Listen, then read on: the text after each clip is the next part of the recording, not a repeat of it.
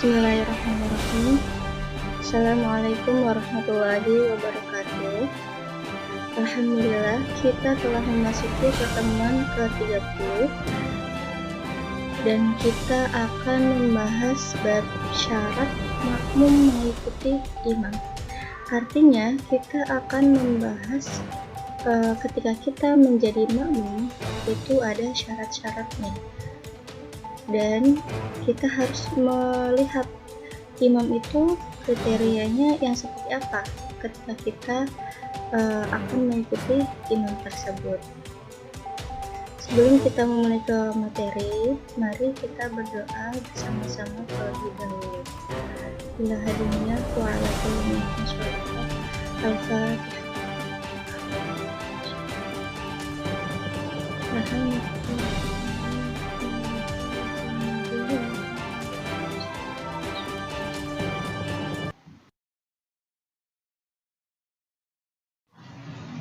Bismillahirrahmanirrahim.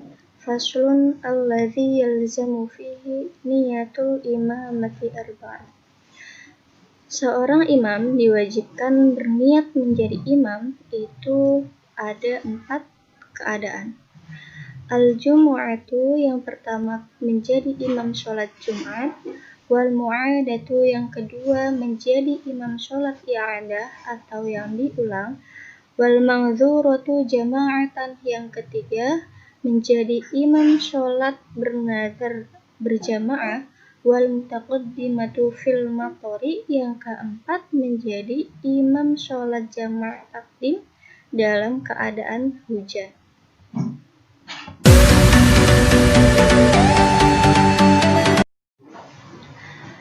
Faslun syurutul qudwati ahada asyara. Syarat makmum mengikuti imam itu ada 11. Allah ya'lama butlana sholati imamihi bihadatsin aw ghairihi. Yang pertama, tidak mengetahui batalnya sholat imam dengan sebab hadas atau yang lainnya. Wa alla ya'taqida wujuba qada'iha 'alaihi. Yang kedua, tidak meyakini bahwa imam wajib mengqadha sholatnya tersebut. Wa alla yakuna makmuman. Yang ketiga, seorang imam tidak sedang menjadi makmum wala ummiyan. Yang keempat, seorang imam tidak buta huruf. Wa alla yataqaddama ala imamihi fil mawqifi. Yang kelima, posisi makmum tidak melebihi tempat berdirinya imam. Wa ayya'lamu tiqulati imamihi. Yang keenam, makmum harus mengetahui perpindahan gerakan sholatnya imam.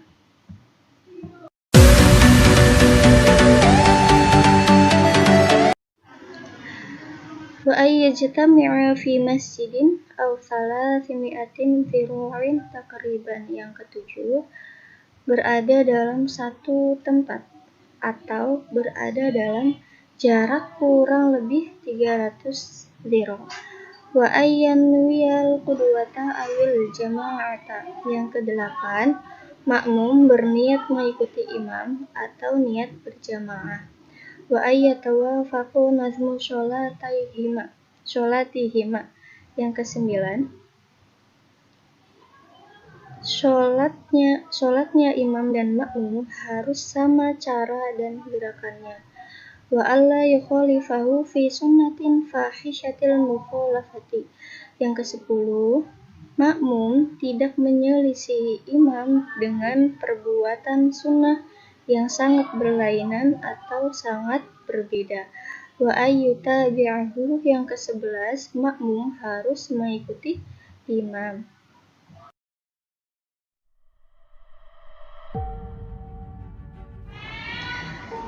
Seorang imam diwajibkan berniat menjadi imam itu ada 4 keadaan. Artinya, ketika sholat berjamaah itu kan ada imam dan juga ada makmum. Nah, artinya ketika seseorang menjadi imam sholat itu tidak semuanya sholat dia wajib untuk berniat menjadi imam.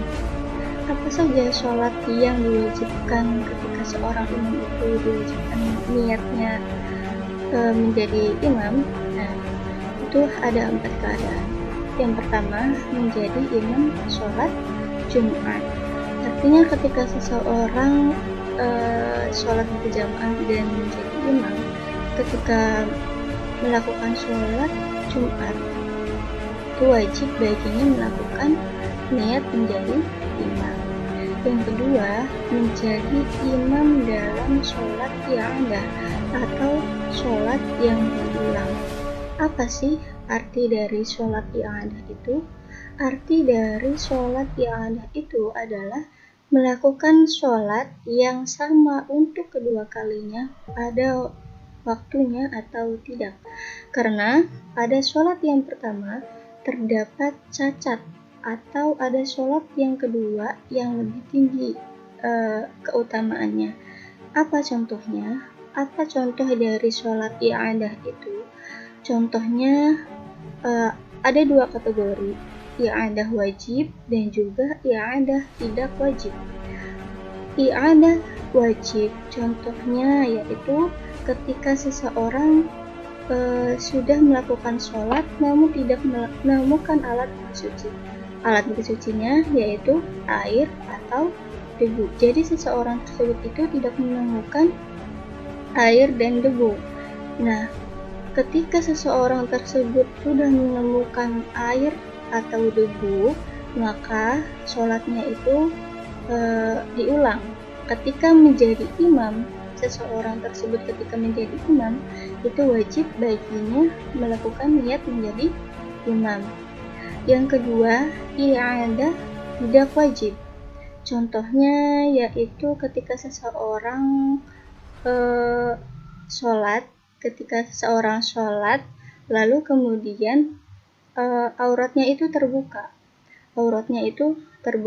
Nah, ketika seseorang tersebut melakukan sholat i'adah atau sholat yang diulang dan menjadi imam, maka wajib baginya melakukan niat imam. Nah, yang ketiga, menjadi imam sholat nazar berjamaah. Artinya, sholat yang dinazari akan dilakukan secara berjamaah, maka orang tersebut itu wajib berniat untuk menjadi imam. Jika tidak dihukumi, namun jika seseorang tersebut itu sudah sholat berjamaah, sebenarnya dia itu menjadi imam, akan tetapi dia tidak berniat menjadi imam, maka tetap sholatnya itu sah. Akan tetapi dinilai sebagai sholat yang dilakukan sendirian, tetapi disertai dosa. Karena dia sholat berjamaah dan menjadi imam, maka tetapi dia niatnya itu tidak menjadi imam. Karena di sini bagi seseorang yang bernazar berjamaah, kemudian ia menjadi imam, itu diwajibkan berniat menjadi imam. Yang keempat, menjadi imam sholat jamaah takdim dengan sebab hujan. Ketika seseorang hujan deras akan berangkat ke masjid, misalkan, lalu berjamaah, pastinya berjamaah, kemudian karena hujan besar, jadi maka kan diperbolehkan melakukan sholat jamaah takdim. Nah, ketika seseorang imam sholat itu berjamaah, wajib baginya untuk melakukan niat menjadi imam.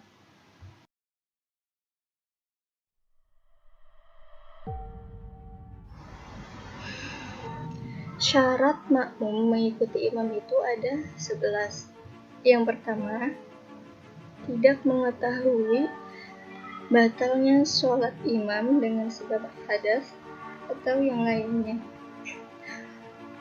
Artinya ketika kita misalkan mau bermakmum terhadap imam tersebut, ketika kita tahu bahwa imam itu batal sholatnya karena misalkan kita tahu bahwa imam itu sudah kentut tapi si imam itu langsung tetap melakukan sholat, maka kita tidak boleh mengikuti imam tersebut. Yang kedua, tidak meyakini bahwa imam wajib mengqadha sholat tersebut atau menggantinya. Artinya ketika kita mengetahui bahwa imam wajib mengqadha sholatnya karena hal-hal yang lain, maka kita tidak boleh mengikuti imam tersebut atau tidak boleh berjamaah dengan seseorang tersebut. Yang ketiga, seorang imam tidak sedang menjadi makmum. Artinya ketika kita akan melakukan sholat berjamaah dengan orang tersebut itu, orang yang akan kita ikuti itu tidak menjadi makmum atau tidak sedang dalam keadaan berjamaah dengan orang lain. Itu tidak boleh. Yang keempat, seorang imam tidak buta huruf. Artinya seorang imam itu harus baik dalam bacaan Al-Qur'annya. Contoh misalkan membaca surat Al-Fatihah atau membaca surat setelah Al-Fatihah. Nah, seorang imam itu harus baik dalam membaca surat Al-Fatihah dan juga surat yang lainnya. Makanya kita sebagai santri itu harus baik dalam bacaan Al-Qur'annya. Karena bisa saja ketika kita menjadi imam, karena kita ketika menjadi imam itu syaratnya harus baik dalam bacaan Al-Qur'annya. Bagaimana jika seorang imamnya itu cadel atau tidak bisa yang bisa merusak, artinya tidak baik dalam bacaan Al-Qur'annya. Nah, untuk bagi seorang imam yang cadel atau tidak bisa mengucapkan itu tidak apa-apa jika seorang imam cadelnya itu dari bawaan, tidak membuat-buat bahwa seorang imam itu tidak bisa mengucapkan Yang kelima, posisi makmum tidak melebihi tempat berdirinya imam. Nah, ada batasan bagi seorang makmum. Ketika seorang makmum sholat itu tidak boleh melebihi atau juga tidak boleh sangat jauh dari berdirinya imam. Minimalnya yaitu ketika seorang imam duduk, kita itu berada di lututnya kita itu berada di paling belakangnya imam. Itu batasan minimalnya. Kalau batasan maksimalnya yaitu 1 hasta atau 1 lengan.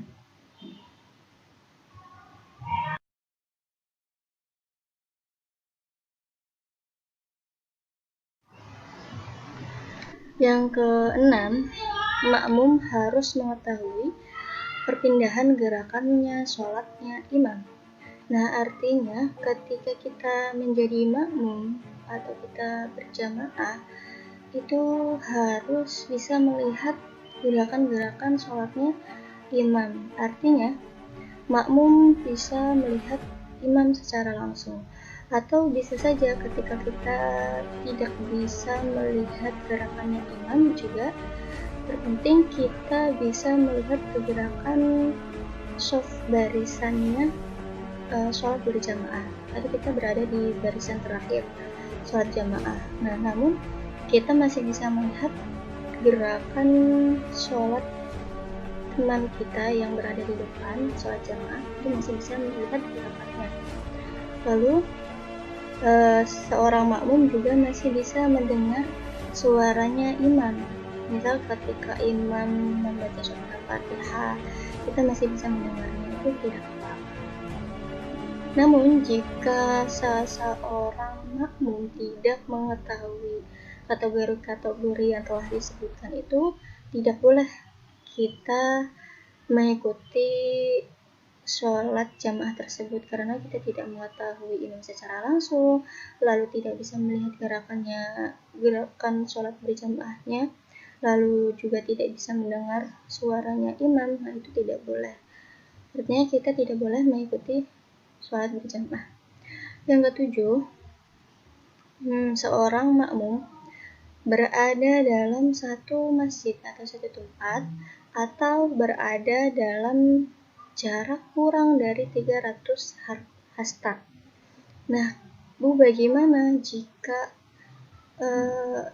sholatnya itu seorang imam di dalam masjid, lalu kita seorang makmum berada di halamannya masjid? Nah, itu bagaimana? Nah, ini masuk ke dalam poin yang sebelumnya. Yang terpenting kita sebagai makmum itu masih bisa mendengar suaranya imam atau membaliknya imam, atau kita juga masih bisa melihat gerakan shaf barisan seseorang yang berjamaah. Itu tidak apa-apa. Nah, dalam kategori untuk di halaman, kita biasanya ketika sholat Id atau sholat Idul Fitri atau sholat Idul Adha, biasanya seorang perempuan itu sholatnya nggak di masjid. Kalau nggak tahu ya, kalau di desa saya itu seorang makmum perempuan itu berada di halamannya. Nah, di sini kalau halamannya itu masih halamannya masjid, itu tidak apa-apa. Dan juga jaraknya itu tidak lebih dari 300 hasta. Satu hasta itu berapa sentimeter sih? Satu hasta itu 45 cm. 45 cm dikalikan 300 berarti berapa cm tuh? Nah, yang kedelapan, makmum berniat mengikuti imam atau niat berjamaah. Nah, kalau sebelumnya ketika imam sholat itu tidak semuanya sholat dia wajib melakukan niat menjadi imam. Namun jika kita sebagai seorang makmum itu semuanya dalam keadaan sholat apapun itu wajib berniat berjamaah, atau niatnya itu ada lafaz makmuman. Yang ke-9, sholatnya imam dan makmum harus sama gerakannya. Nah, ketika misalkan seorang imamnya melakukan sujud sahwi atau sujud tilawah, maka si makmum juga wajib mengikuti gerakannya sholatnya imam. Atau ketika seorang imam kunut, berarti ya makmum juga harus kunut. Yang ke-10, makmum tidak menyelisihi imam dengan perbuatan sunnah yang sangat berlainan atau sangat berbeda. Nah, artinya ketika melakukan sholat berjamaah dan menjadi makmum, itu harus mengikuti gerakan-gerakannya imam. Tadi contohnya sama dengan poin yang sebelumnya. Itu ketika seorang makmum melakukan kunut ya harus kunut. Tidak boleh misalkan karena beda keyakinan, si makmumnya beda keyakinan dengan seorang imamnya, dia tidak melakukan kunut. Nah, itu tidak boleh, karena kewajiban seorang makmum itu harus mengikuti apa yang dilakukan imam. Yang ke-11, makmum harus mengikuti imam. Apapun gerakan yang dilakukan oleh imam itu diikuti.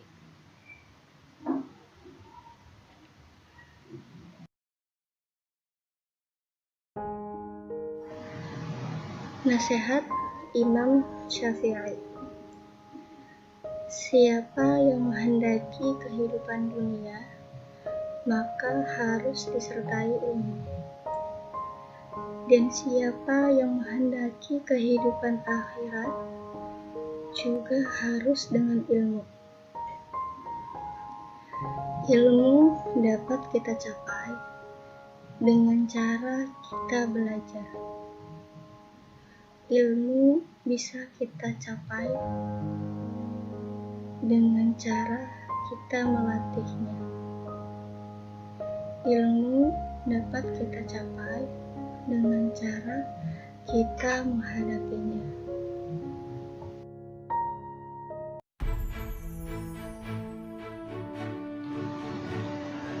Alhamdulillahirrahmanirrahim. Kita telah selesai membahas bab seseorang imam diwajibkan berniat menjadi imam dan juga syarat makmum mengikuti imam yang ada 11. Jika teman-teman ada yang ingin ditanyakan, silahkan bertanya. Yuk belajar kritis apa yang kita pernah alami atau yang pernah kita lihat dalam kondisi ketika kita beribadah. Yuk kita belajar bertanya, belajar mengkritisi apa yang pernah kita lihat. Jika ada pertanyaan, silahkan bertanya melalui komentar video atau melalui WhatsApp group. Terima kasih. Wassalamualaikum warahmatullahi wabarakatuh.